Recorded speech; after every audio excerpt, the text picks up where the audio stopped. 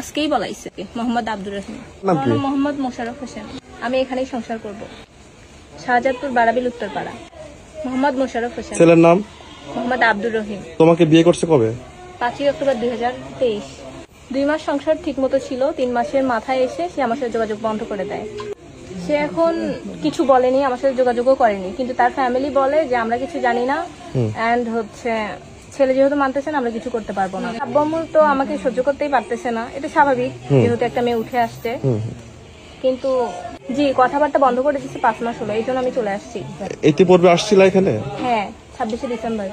আচ্ছা, এখন ওর পরিবার থেকে ওদের শেষ বক্তব্য কি?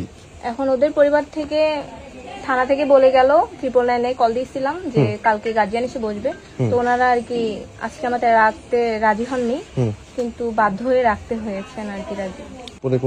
না, এখনো আমার উপর কোনো টর্চার করেনি, কিন্তু কথা বলতেছে, বলতেছে উঠে আসছে, লজ্জা শরম নাই, আরো যেরকম আর কি বলে। তখন তুমি কি অ্যানসার দিয়েছো? আমি কিছু বলিনি, আমি চুপ করেই ছিলাম, এখনো আছি। ইভেন আমি বলি নাই যে এইটা ওইটা, আমি বলছি আমি এই জায়গায় সংসার করব, ছেলে যেহেতু নাই ছেলেকে হাজির করান। ওনারা বলতেছে যে ছেলের সাথে আমাদের কোনো কন্টাক্ট। আমার পরিবারের সবাই আমি এখানে আসছি তখন জানতো না, কিন্তু আসার পর এখন সবাই জানে। আচ্ছা, ঠিক আছে। আমি এখানেই সংসার করতে চাই এবং ছেলেকে চাই, মুখোমুখি কথা বলবো। যদি না হয়, না করতে চায় তারা? আমার জীবন নষ্ট কেন করলো তার দায়ভার দিক। আমার জীবন নষ্ট করছে, আমি ওর জীবন নষ্ট করব। আমি আইনি ব্যবস্থা নিব।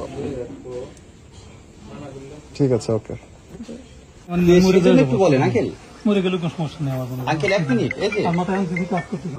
আমি তো কিছুই জানি না। যেটুকু জানেন সেটুকু বলেন, জানবেন না কেন? আপনার বাসায় কথা বলেন, সমস্যা নেই। আমি কিছুই জানি না বাবা, আপনারা পরে আসেন সব জানিয়ে যায়।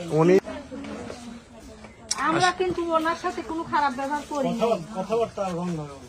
আচ্ছা, রং ভাবে কি তোমার সাথে? উনি তো